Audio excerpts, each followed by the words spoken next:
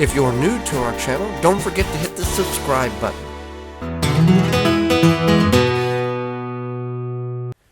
So growing corn in the backyard, some people say it's a wonderful reward, other people say it's a waste of time and space because of the energy that you put forth, and you can buy it real cheap at the farmer's market.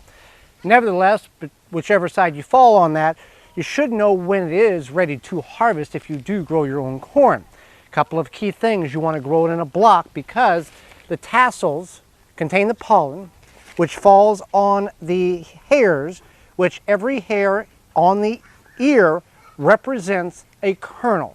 And if those hairs are not pollinated by the tassel, those ears will not be fully developed. The kernels that are missing are the hairs that are not pollinated. So what you want to do is you want to wait until the hair at the top is brown or dead, as you see here. Then you can gently open up the husk and begin to look at the plumpness of the kernels.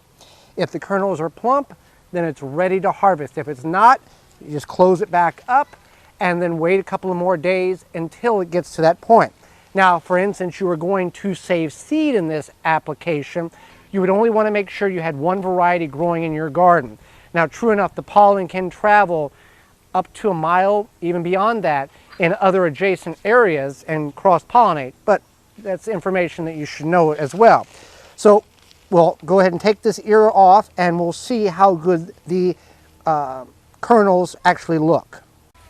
So now we're just going to see what we have here. There are, in some instances, you can get a backyard corn crop to produce 2 and sometimes 3 ears of corn on one stalk. I believe the record for Guinness Book of World Records is 27. Unbelievable, but that's the case. So let's see what we have here. Beautiful ear of corn that we grew ourselves. Look at that. That is very pretty. Now, the rest of the corn crop is not as productive as that particular stalk was, but I do have some smaller ones over here that are not quite ready yet. But this is the best one, but it can be done.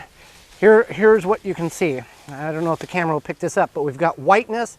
We've got one yellow kernel there.